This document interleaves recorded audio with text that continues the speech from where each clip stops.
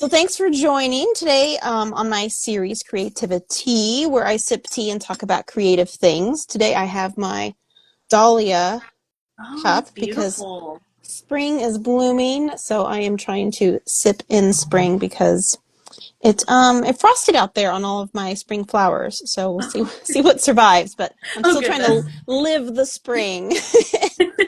Gotta manifest it. Exactly. So thanks for joining, everybody. Today I have V. Walker. V. Walker is a poet and indie interactive fiction game developer whose work dives into the profound depths of the human experience, exploring themes of grief, loss, love, and mental health. Her writing seeks to connect and heal through raw and resonating storytelling. When not writing, V indulges in her love for baking, reading, and immersive video games. With creativity as her cornerstone, she continues to weave art that sparks introspection and empathy. So welcome. So glad to have you today. Yeah, thank you for having me. This is a lot of fun for me because I just love talking to people about poetry and reading and things like that. So it's nice to just talk to somebody else who's also, into that type of thing. Yeah, definitely. I love talking with different folks through these interviews. I haven't done one in a while, so I'm very excited to hop back in and talk poetry on Poetry Month. So that leads me to my first topic, which is Poetrypalooza that you are organizing. So that's happening the 12th through the 14th with, I think, about 70 indie poetry authors. Tell us a little bit about the event and how you came up with the idea. Yeah, so Poetrypalooza, it's the first time doing this. I'm hoping it will be, fun and successful. Maybe we can make it like an annual thing. But it was actually kind of a spur of the moment thing. So I was on Threads and I was just thinking, man, I see like all of these really awesome events for, romance and sci-fi and like fantasy and all these other genres that a lot of indie authors write. And I was like, I don't ever see anything like that for poetry. And it kind of made me sad because I feel like poetry is a genre that gets overlooked a lot. I think some people feel like it's maybe not as accessible, which is something that's really important to me is making sure my poetry is accessible so that anyone could pick it up and understand what I'm saying and be able to fill from it.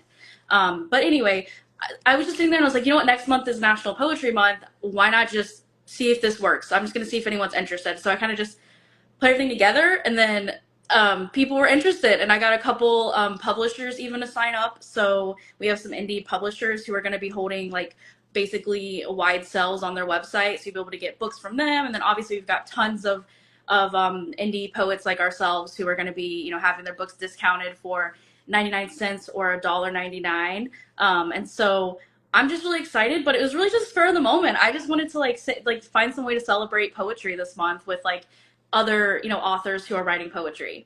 Yeah, yeah, I love it. And the algorithm knows me because that's how I found out about Poetry Palooza was from one of your posts. So I'm participating and excited for that. And you really hit like a nerve with what my last poetry collection was. My foreword says sometimes people walk out of like school thinking poetry has to be complex or like it's not to them for them because maybe they got a bad taste in their mouth having to study it and Mm-hmm. analyze it. And so my goal is to try to just get people to dip their toes back into poetry. And I released a sci-fi and fantasy poetry collection thinking, well, my love of fantasy and sci-fi, maybe you can find, well, I love fantasy. Let me try out the poetry thing with fantasy and see if I like it. That's So really cool and creative. tell me more about how you make things accessible for a bigger audience, trying to pull in all the people who aren't maybe poets. Yeah, absolutely. So, with my work, and I'll say this, like my first book that's already out, The Fragile Humans We Are, it's a collection that some of the poems were written in the last couple years, but a large portion of them were written kind of in the last decade. So they were from like when I was in college, things like that. So it's not that my writing is bad or anything. It's just different from my current style. Like I've evolved a lot, but I feel like it was a really good.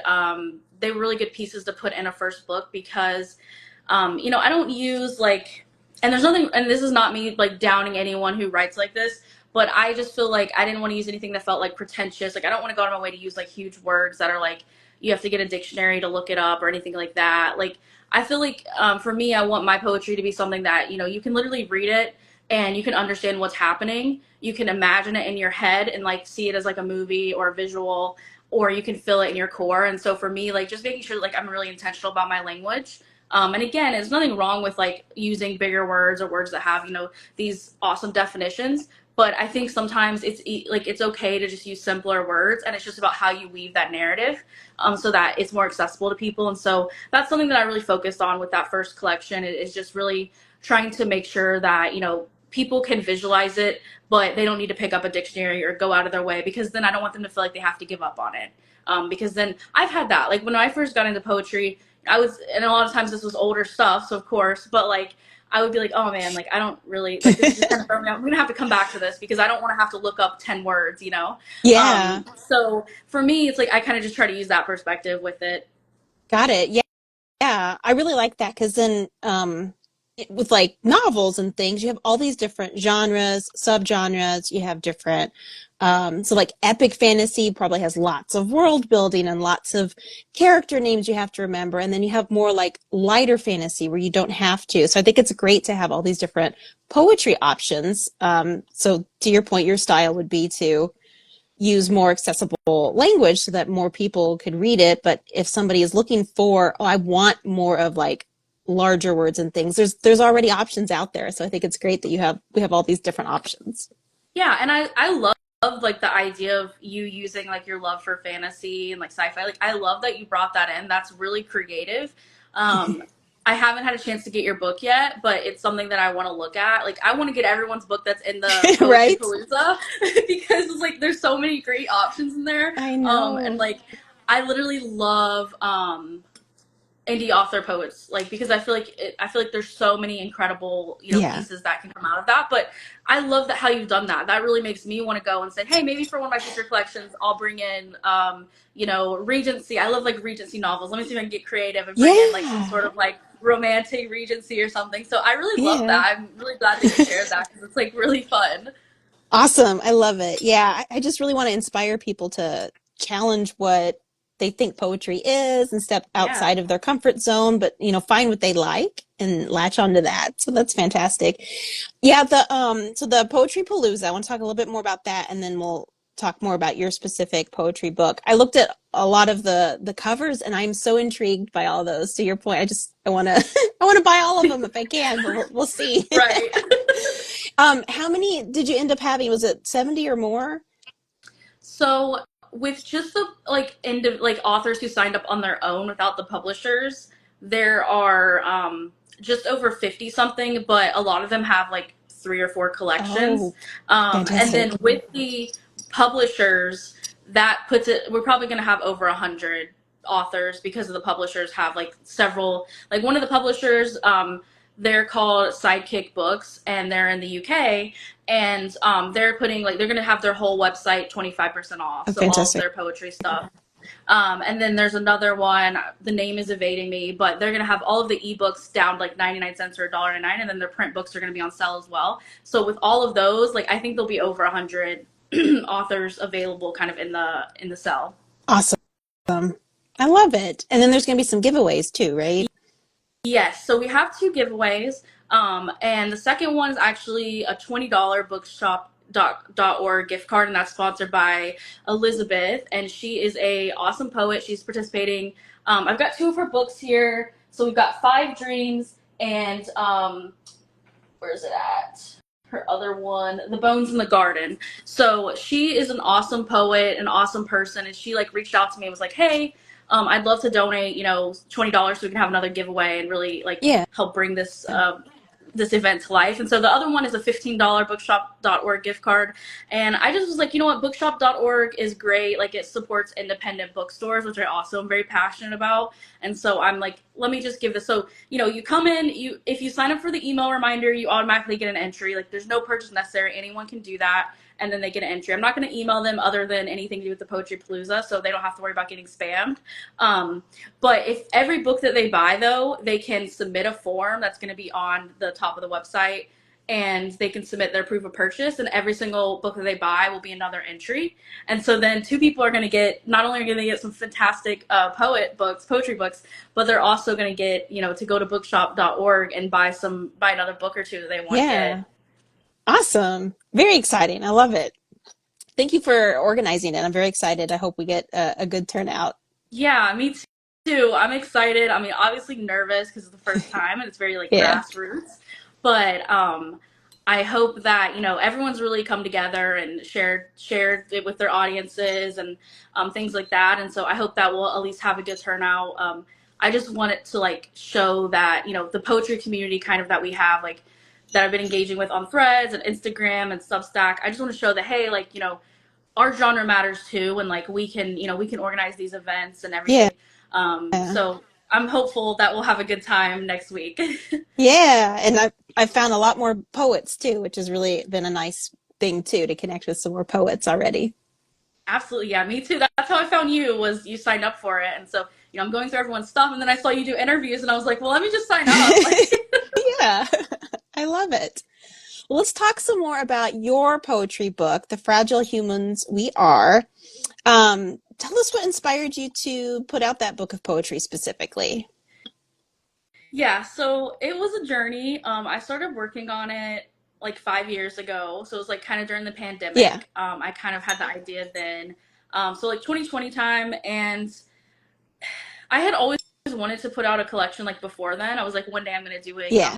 I'm gonna be a poetry author and everything. Um, and then 2020 was really hard because of COVID. My grandfather, he got COVID and he passed away on Christmas, and so it was really difficult because he was 92, and so he's very like, even though he was vaccinated and everything, it's just very very susceptible when you're older to be able to get diseases Yeah. and things like that. And I had a lot of like complicated relationship I had a complicated relationship with him, and so he was very supportive of my writing. But there was times when we didn't see eye to eye on things in our life, and so when he passed, there was like a lot of unresolved like feelings and regrets and grief and things like Sure. that. And so the idea came to me. Also, I was seeing all this stuff in the news about like the healthcare industry and all of the nurses and the doctors and supporting staff who were trying to save people's lives. And it was like in my head I was like thinking about how humans are like really fragile, but we're also very resilient, and that's what I came out of COVID thinking. And so that's how I came up with the title, The Fragile Humans We Are. And so that's really what spurred me to actually decide, okay, I'm actually going to do it this time. I'm not Yeah. just going to think about it, I'm going to do the book. Yeah. And then I've got other themes in the book. It's pretty much like I tried to do a story arc where there's 4 sections, and it kind of follows a journey of like some of these complicated feelings as you're growing up, and then adolescence, and then some darker periods where you're going through depression and things like that, and then like some more hopeful periods at the end, because I really did want to end on that resilience note, because that was really important to me, is not Yeah. just showing the pain that we go through, but also the healing that we as human beings are capable um, of going through as Yeah. well. Yeah. Yeah. Working through those emotions and helping. That's one of the things I think about poetry. It's a great way to communicate. So like telling others that there's these feelings, there's these things that'll happen to you, working through them and what can come out at the other end. So I love it when things can take you through that emotional journey and end with kind of hopeful or constructive things at the end. Yeah, me too. It's kind of funny because some of the poems I wrote when I was in college, as I said, and I used them for like my senior project. Hmm. And at the time, my project did not end on like a happy note. And my professor said to me, you need to end it on a happy note. And at the time, I was like, no, I don't. Like, no, I don't need to Right. do that. And as I was putting this collection together, and something that I've really realized as I started working on my second collection, is the reason that I was so against that is not because it was criticism, it was because I wasn't actually healed in the right place to believe that things could end on a happy note. And so when I actually finished this collection, I was in a much better mindset where actually believed that you could be resilient and you could heal. And so that was kind of a learning. That was something that from, almost 10 years ago. And then it's something that really over time, I just kept thinking about in the back of my Yeah. head. Yeah. Yeah. I love poetry as a source of processing of the emotions and the healing aspect, because the writing create any creative outlet gives you kind of that introspection and the way to work through that complex human stuff in a different way and kind of work your way through it. So that's great you were able to find that space later and kind of conclude it and get that book out. It's awesome. Thank you. Yeah, it was. And it sorry. No, you're It just came out this year, sorry. right? January? So it came out February 1st. So February. pretty much I started marketing it like through January. That's when I really like got on Threads and was like, okay, I need to actually figure out this author thing. Gotta tell people I have the book now. Right, exactly. Yeah. I love it. Well, when let's us back. When did you start writing poetry? I know for me, I the first I think memory I have is like middle school. There was poetry projects in school and such, and I very early on found I really liked Edgar Allan Poe, and then I was hooked. What kind of story do you have? When did you get hooked on poetry? I'll answer that, but just as a side note, if you like Edgar Allan Poe, I don't know if you're on Substack or not, but we have me and my friend Hazel. We have it's a spinoff of Poe's name. It's called the Potato Collective, and we post poems and short stories from the community who submit them, and we kind of help them find a new audience and kind of share the love of like Edgar Allan Poe's theme. So if that's something you're Yeah. interested in, you may want to check it Yeah, out. yeah, Um, definitely. but yeah, so I really started writing from a young age, not necessarily poetry, but I was an only child, and my father got me a journal and got me into my love of reading. And he used to take me to Barnes and Noble all the time, and I wouldn't always buy anything because we didn't have a ton of money, but he would let me walk around for literally hours. He didn't Look. complain. He would sit there and wait. Yeah. Um, so it was like really special for me. But he bought me my first journal. And I used to be that kid who, it's so embarrassing to think back on this, but it's also really funny. I would be the kid who like is like 8 or 9 years old, going to school with their songs that they wrote, and so showing my friends and be like, "Look at the song I wrote." Like I was like so sure I was gonna be a songwriter and all this stuff. Like I can't sing for anything, by the way. I was like, I'm gonna be like the next Taylor Swift, all of that. That's how I felt as like an 8 or 9 year old. And so once I realized, hey, like I actually don't know how to write songs, like that's kind of crazy. I was like, oh, but I started learning about poetry, and I'm like, this is kind of similar, in terms of like the rhythm, and you can play Yeah. around with it and everything. You don't have to, sometimes in poetry you're gonna repeat lines or stanzas, and other times you're not. There's so many different forms. Yeah. But that's kind of how I got into poetry. I started like writing like these songs, I would call them, and then I started saying, okay, actually I can kind of rework these into something else. And so I think I was like around 10 years old when I really started to like get into the poetry aspect of writing. Yeah, awesome. You unlocked a core memory for me. I remember when I was in elementary school, I had tape cassettes and was listening to music, and I would record over them my own songs. So That's that so that may have cute. been the stepping stone into the poetry, was trying to create my own songs when I was little like that. Okay, so maybe it needs to be studied, like children who are into like doing things with songs and then they turn into poets. Like maybe there's Yeah, like an aspect there of that. That's so cute. might be a connection. Yeah, I love it. Well, I got poking around on your website and saw you have interactive fiction, and I'm very intrigued about this because I'm a gamer. We might be able to talk a little bit about Yeah, gaming I love too. games. Like I love RPGs, Yes. like Oh my Dragon gosh. Age and Final Yes. Oh Fantasy. my gosh. Okay, you just we have to be best friends now. We have to I love we it. have to talk about games another time as well because that's yes. Yeah, definitely. So tell me about the interactive fiction. I didn't get to play one of them. I kind of went and looked real quick. And so tell us about this. What is interactive fiction? Yes. So there was a period, I would say, like um after the pandemic, where I stopped working on my poetry, but like I knew I wanted to do it, and then I kind of fell into like a depressive state. I had a lot going on, and Sure. I stepped back from writing the poetry because I just didn't feel like inspired or ready to kind of open up those wounds. Because for me, that's something I do when I write, is I'm opening up those wounds to really Yeah. fill. And so the reason I bring that up is to say that like I had to find something else to do because I feel like I always have to have something creative going on. Otherwise, I can't function. Like I need some sort of project or some sort of thing to like fill my cup. And Yeah. so I I had gotten a computer finally, like a new computer, like a desktop, and I was like, oh, I want to play some like games on there. But I was like, what kind of games should I play?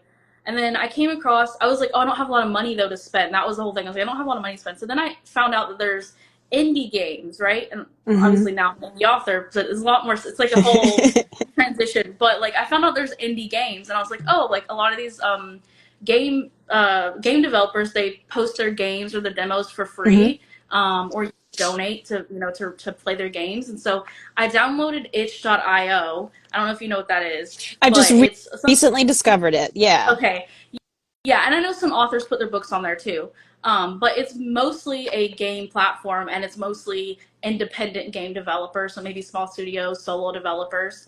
And there's a lot of free games on there. There's a lot of paid games on there, but there's just so much content creativity on there.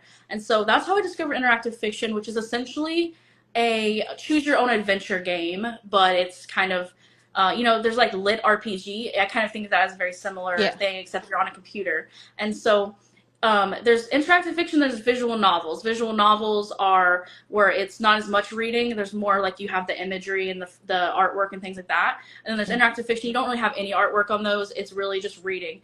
And for Okay. me, I wanted to develop a visual novel, but I realized I didn't have the funds or the ability to draw or do any art. So I was like, let me do an interactive fiction. So I really dug into that and taught myself how to code and everything. But basically you have a story. And so like my main game is called Next in Line. It's set in this fictional world called what is the world called? Well, it's set in this fictional kingdom called, I haven't looked at it for a while, it's called Castellon. Okay. And so basically you can play as like, I make it very customizable. You can customize your hair, your skin tone, your tattoos if you have any, your weapon, like everything in the game is very customizable. So you can create like your own characters, kind of like you're playing an RPG, except you have to visualize it in your head. And basically I came up with this fantasy world. It's kind of like a fantasy fiction sort of, where it doesn't necessarily have all the fantasy elements though, to be honest, but it's more of a romance game with like different elements of different genres. And it's I call it a royal romance, but you don't have to romance anyone. You can just do like platonic relationships as well. But basically the core part of the game is you're the heir to the throne now. Your father was killed in assassination, and you have to solve the mystery of who killed him. You have to like manage your kingdom. You have to manage these relationships with these new people in your life who, you don't know their intentions. You don't know whether they're a suspect or not. You have your twin brother, and he was with your father when he died. There's all kinds of like elements, and so in a way, it's like a mystery of sorts. And there's only the first like 2 chapters so far, but I think there's over 100,000 words in those, so it's like the chapters are pretty big. Yeah. But you get to make core decisions. There's this one scene in chapter 2 where it's kind of like I was kind of envisioning, like, I love like royal stories. Like I don't know why, like I just love that kind of thing. So there's one scene where you're like in the throne room, and these your citizens come in, and you have to make some decisions on what to do, and you don't always have the information. So depending on certain things that you did earlier in the game, you may have different information at that point. And so really the game changes based on the decisions that you make, and the outcome at the end of the game will be different depending on various factors. So there's going to be a lot of different endings. So I know that was like a really long answer, but it's pretty much a choose your own adventure RPG type of thing.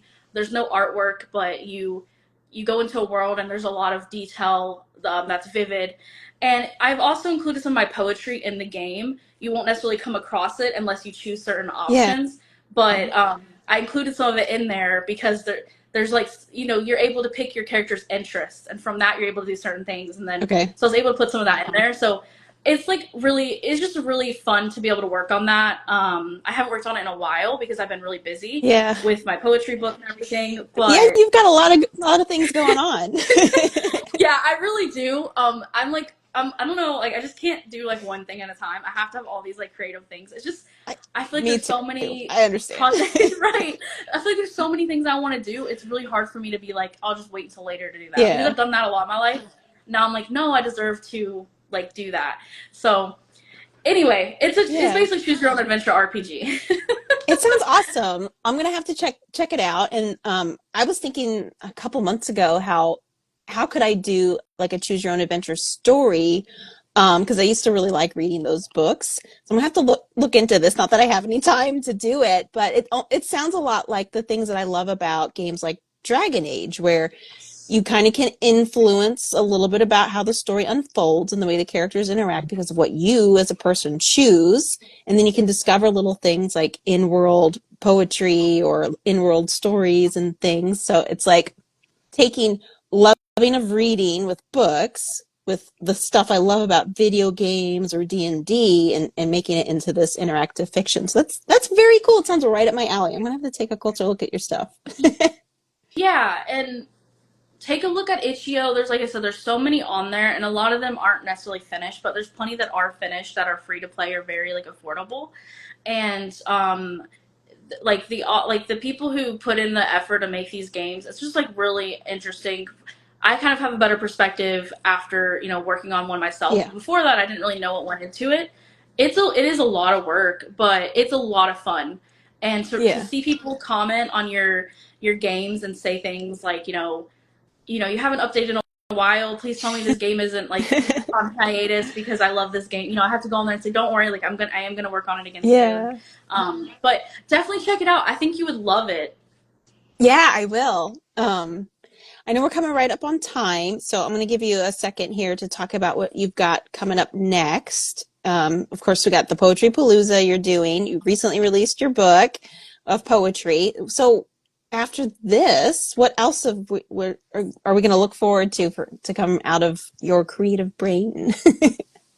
Yeah, so the next thing I'm working on is my second poetry collection. I'm hoping to release that around the summertime. It's just it's kind of going to depend on the financial aspects of releasing a book, like Yeah, you gotta get the ISBN and everything like that.